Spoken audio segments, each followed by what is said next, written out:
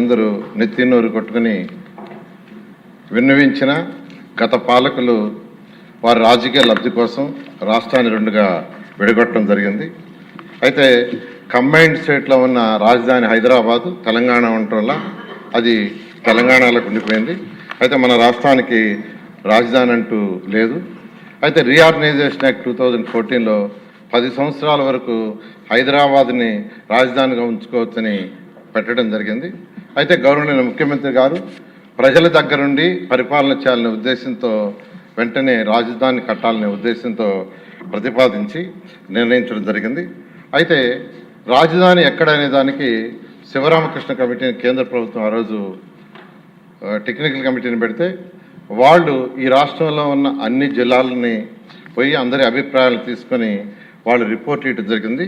ఆ రిపోర్ట్లో ముఖ్యంగా అనేక మార్గాల్లో వాళ్ళు తీసుకున్న రిపోర్ట్లో 5,380 మంది దగ్గర అభిప్రాయం సేకరిస్తే ఈ అభిప్రాయంలో ఎక్కువ మంది అంటే 11,156 మంది విజయవాడ గుంటూరు మధ్య క్యాపిటల్ సిటీ ఉంటే బాగుంటుంది ఇవ్వటం, విజయవాడ దగ్గర 663 మంది, విశాఖపట్నం దగ్గర 507, గుంటూరు దగ్గర 372, కర్నూలు 360, ఒంగోలు 265, రాజమండ్రి 139, తిరుపతి 113, దొనకొండ 116 మంది, మిగిలిన డిఫరెంట్ ప్లేస్లో 1,037 మంది అభిప్రాయం వెలువిచ్చారు. అధ్యక్ష, ఎక్కువ మంది వెలుగుచ్చింది విజయవాడ గుంటూరు మధ్య క్యాపిటల్ సిటీ ఉండాలని నిర్ణయించడం. అయితే శివరామకృష్ణ కమిటీ రాష్ట్ర ప్రభుత్వాన్ని నిర్ణయించుకుని ఫైనల్గా దాంట్లో చెప్పడం, గౌరవనీయ ముఖ్యమంత్రి గారు అన్నీ ఆలోచించి రోడ్డు మార్గము, రైలు మార్గము, విమాన మార్గాలు, అదేవిధంగా ఓడరేవులు దగ్గరగా ఉండేటట్టుగా,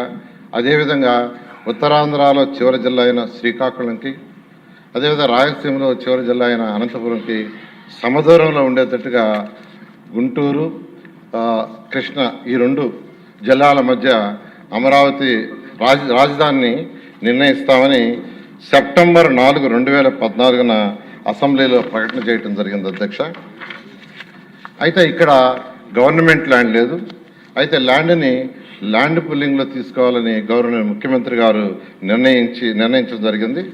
అయితే ప్రతిపక్షంలో ఉన్న వైఎస్ఆర్సీపీ నాయకులు ఇక్కడ క్యాపిటల్ సిటీ రాకూడదని వారు 250 కార్లు వేసుకొని ఈ యొక్క క్యాపిటల్ సిటీ ఏదైతే అనుకున్నామో అక్కడ రైతులందరినీ కలిసి రైతులందరినీ రెచ్చగొట్టడం జరిగింది. అయితే ఏ ఒక్క రైతు కూడా వాళ్ళ చెప్పిన మాట ఇలా అందరూ తిరస్కరించడం జరిగింది. అదేవిధంగా పొలాలను తగలబెట్టారు ఇక్కడ భయభ్రాంతులు చేయటానికి. అదేవిధంగా వరద ముప్పు వస్తుంది, ఇక్కడ రాజధాని కడితే అది మునిగిపోతుందన్నారు. అదేవిధంగా భూకంపాలు వస్తాయన్నారు, ఇక్కడ ఎక్కువ భూకంపాలు వస్తాయని అది కూడా కౌన్సిల్లో కూడా డిస్కస్ చేశారు వాళ్ళే క్వశ్చన్ వేసి. అదేవిధంగా ఈ యొక్క ల్యాండ్ నిర్మాణానికి పనికిరాదని చెప్పటం, ఇలా అనేక దుష్ప్రచారాలు చేయటం జరిగింది. అధ్యక్ష, అయితే ముఖ్యమంత్రి గారి పిలుపుతో 2015 జనవరి 1 ల్యాండ్ పుల్లింగ్ నోటిఫికేషన్ ఇస్తే కేవలం 58 రోజుల్లో ఒక్కటంటే ఒక్క లిటిగేషన్ లేకుండా ఫిబ్రవరి 28వ తేదీకి 34,400 ఎకరాలను 29,966 మంది రైతు సోదరులు ఒక్కటంటే ఒక్క లిటిగేషన్ లేకుండా ఇవ్వటం జరిగింది. అధ్యక్ష, ఇది కేవలం ముఖ్యమంత్రి గారి మీద ఉన్న నమ్మకంతో ఇచ్చారు. అయితే ఈ వినూత్న ల్యాండ్ పుల్లింగ్ ప్రపంచంలో ఇంత లార్జ్ స్కేల్లో ఒక్కటంటే ఒక్క లిటిగేషన్ లేకుండా బహుశా జరిగింది మన యొక్క అమరావతిలోని. అధ్యక్ష, అయితే రైతు సోదరులకు ఆ రోజు వాళ్ళందరితో కూర్చొని అనేక దఫాలు డిస్కస్ చేసి ఒక అగ్రిమెంట్, అంటే ల్యాండ్ని డెవలప్ చేసిన తర్వాత జరీబ్ ల్యాండ్ అయితే 1000 చదరపు అడుగులు రెసిడెన్షియల్, 450 చదరపు అడుగులు కమర్షియల్, నాన్ జరీబ్ అయితే 1000 చదరపు అడుగులు రెసిడెన్షియల్, 250 చదరపు అడుగులు కమర్షియల్ ఇచ్చేటట్టుగా, అంతేకాకుండా 10 సంవత్సరాల పాటు వాళ్ళకి యాన్యుటీ ఇచ్చేటట్టుగా, జరీబ్ అయితే 50,000, నాన్ జరీబ్ 30,000 ఇచ్చేటట్టుగాను, అంతేకాకుండా ప్రతి సంవత్సరం నాన్ జరీబ్కి 3,000 పెంచేటట్టుగా, జరీబ్కి వచ్చి 5,000 పెంచేటట్టుగా ఆ రోజు గౌరవనీయ ముఖ్యమంత్రి గారితో వాళ్ళందరూ డిస్కస్ చేసి రైతు సోదరులందరూ నిర్ణయించారు. దాన్ని ముఖ్యమంత్రి గారు యాక్సెప్ట్ చేయటం, రైతు సోదరులకు అంతేకాకుండా రుణమాఫీ,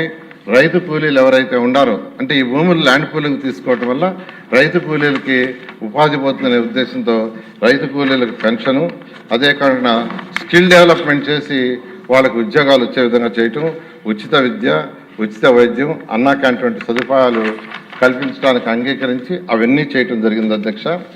అయితే ల్యాండ్ పూలింగ్ అయిన తర్వాత, అంటే వైసీపీ నాయకులు ఎన్ని ఇబ్బందులు పెట్టినా, ఎన్ని దుష్ప్రచారం చేసినా, ల్యాండ్ చేతికి వచ్చిన తర్వాత ప్రపంచంలో ఉన్న టాప్ 5 సిటీస్లో ఒక సిటీగా అమరావతిని కట్టాలని గౌరవనీయ ముఖ్యమంత్రి గారు సింగపూర్ ప్రభుత్వం ఈ యొక్క లేఅవుట్స్ డిజైన్ చేయడంలో చాలా ఎక్స్పర్ట్స్.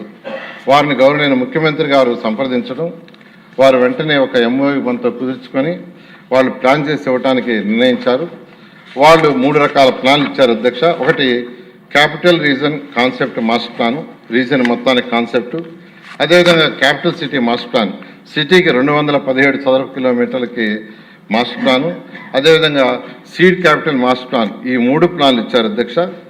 ఈ ప్లాన్లలో కూడా గవర్నర్ ముఖ్యమంత్రి గారి యొక్క సలహా మేరకు 9 నగరాలని, ఒకటి government complex, justice city, finance city, knowledge city, electronic city, health city, sports city, అదేవిధంగా మీడియా సిటీ, టూరిజం సిటీని అన్ని 9 నగరాలకు యాక్చువల్గా దాన్ని డిజైన్ చేయడం జరిగింది అధ్యక్ష.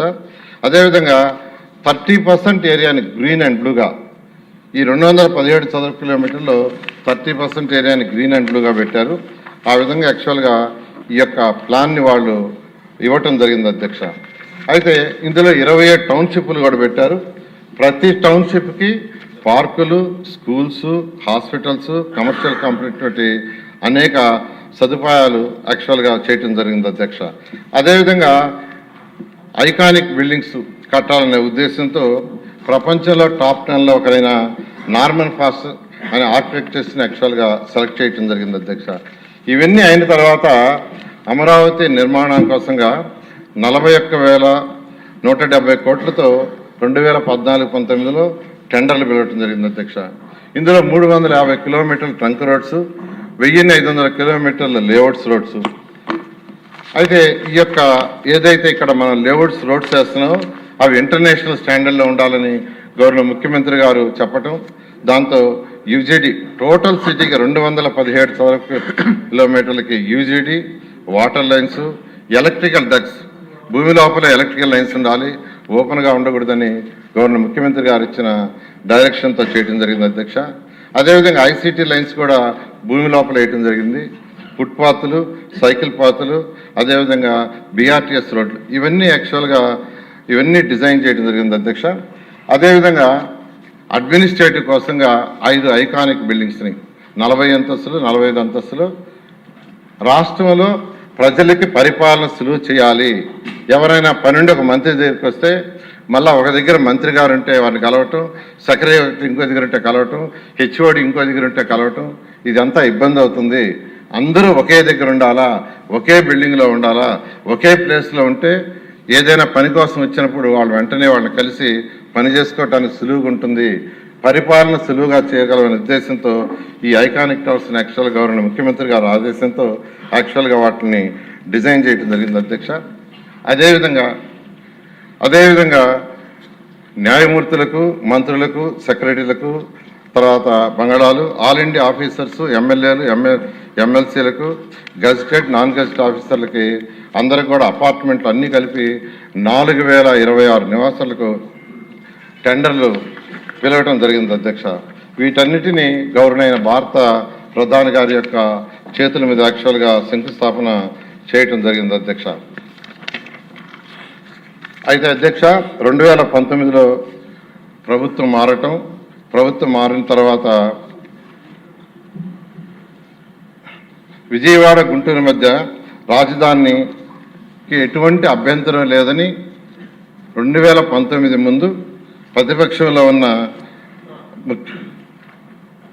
2019లో ఉన్న జగన్మోహన్ రెడ్డి గారు అసెంబ్లీ సాక్షిగా అమరావతిని ఇక్కడే ఒప్పుకుంటామని, రాజధాని ఇక్కడే అని 30,000 ఎకరాలు కావాలని చెప్పిన గత ముఖ్యమంత్రి ప్రభుత్వం మారంగానే మాట మార్చేసి బోస్టన్ మరియు జిఎన్ రావు కమిటీలు వేసి రాజధాని విధానాన్ని 3 రాజధాని విధానాన్ని పైకి తీసుకొచ్చి 3 ముక్కల ఆటను మొదలుపెట్టాడు అధ్యక్ష.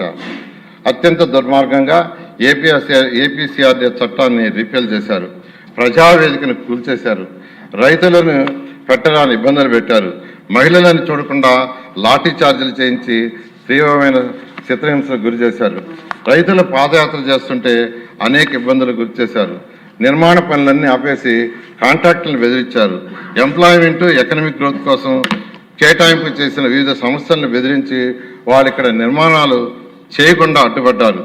పైగా మాట మార్చి సీఎం ఎక్కడ కూర్చుంటే అక్కడే రాజధాని పగల్బాలు పలికారు. ఈ విధంగా రోజుకొక్కొక్క మాట చెప్తూ ప్రజల్ని భయభ్రాంతులు చేసి అమరావతి రాజధాని మొత్తాన్ని నిర్మాణం చేశారు అధ్యక్ష.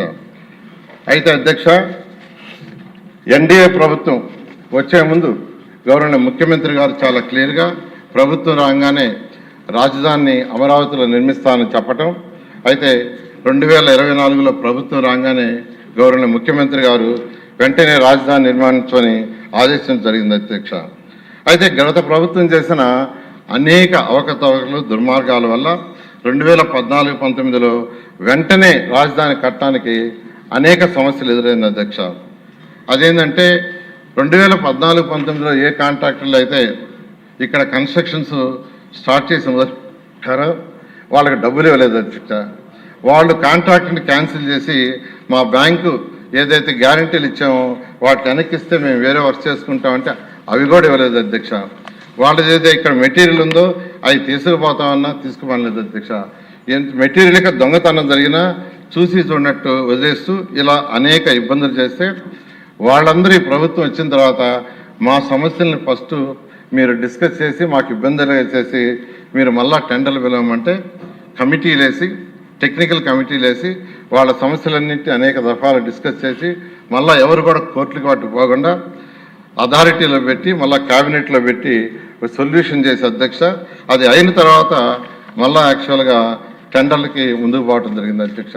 అయితే టెండర్లకు ముందుకు పోయే ముందు ఏదైతే అంతకుముందు చేసిన వర్క్స్ వాటి స్టాండర్డ్ కరెక్ట్గా ఉందా లేదా అనే దానికోసం ఐఐటి చెన్నై, ఐఐటి హైదరాబాద్ వాళ్ళకి ఇచ్చి వాటి నాణ్యతని పరిశీలించి రిపోర్ట్ ఇవ్వమంటే వాళ్ళు కొంత టైం తీసుకొని వాటి నాణ్యతని పరిశీలించి పాజిటివ్గానే రిపోర్ట్ ఇచ్చారు. అయితే వర్క్లు స్టార్ట్ చేస్తుంటే మళ్ళా జగన్మోహన్ రెడ్డి గారు మళ్ళా విష ప్రచారం మొదలుపెట్టారు అధ్యక్ష. అంటే అసలు రివర్ బెడ్కి రివర్ బేసిన్కి తేడా తెలియకుండా, రివర్ బెడ్ అంటే ఏంది, రివర్ బేసిన్ అంటే తెలియకుండా రివర్ బేసిన్లో రాజధాని కడుతున్నారు, సుప్రీంకోర్టు కలగజేసుకోవాలని స్టేట్మెంట్ ఇచ్చారంటే అదంతా ప్రజలని భయభ్రాంతులు చేసి మళ్ళా ఇక్కడ రాజధాని రాకూడదు, ఏదో విధంగా కోర్టులో లిటిగేషన్ పడాలి, ఈ రాజధాని ఆగిపోవాలనే ఒక దుష్ప్రచారంతో మొదలుపెట్టారు అధ్యక్ష. అంతేకాకుండా సీఎం ఎక్కడుంటే అక్కడే రాజధాని మళ్ళా ఆ భాషను తీసుకొచ్చారు. అంటే ఢిల్లీలో ఉంటే ఢిల్లీలో, బెంగళూరులో ఉంటే బెంగళూరులో, ఇలా అంటే ప్రజలని రకరకాలుగా భయభ్రాంతులు చేయాలా, ఇక్కడ రాజధాని రాకుండా చేయాలనే ఉద్దేశంతో చేయడం జరిగింది అధ్యక్ష. అయితే కానీ రైతులు ఏ రైతులైతే ల్యాండ్ పూలింగ్కి ల్యాండ్ ఇచ్చారో ఆ రైతులు గౌరవనీయ ముఖ్యమంత్రి గారిని కలిసి, సార్ దీనికి ఒక శాశ్వత పరిష్కారం చేయండి, రోజుకు ఒక్కొక్క స్టేట్మెంట్ ఇస్తున్నారు, అందువల్ల చట్టంలోనే ఏదైతే 2014 చట్టంలోనే సవరణ చేయించి ఇది శాశ్వత రాజధాని ఉండేటట్టుగా చేయమని గౌరవనీయ ముఖ్యమంత్రి గారు రైతు సోదరులందరూ కలిసి మాట్లాడటం, సీఎం గారు కేంద్రంతో ప్రైమ్ మినిస్టర్ వాళ్ళతో మాట్లాడి ఇన్ ప్రిన్సిపల్ యాక్చువల్గా వాళ్ళు యాక్సెప్ట్ చేశారని తెలిసింది. అయితే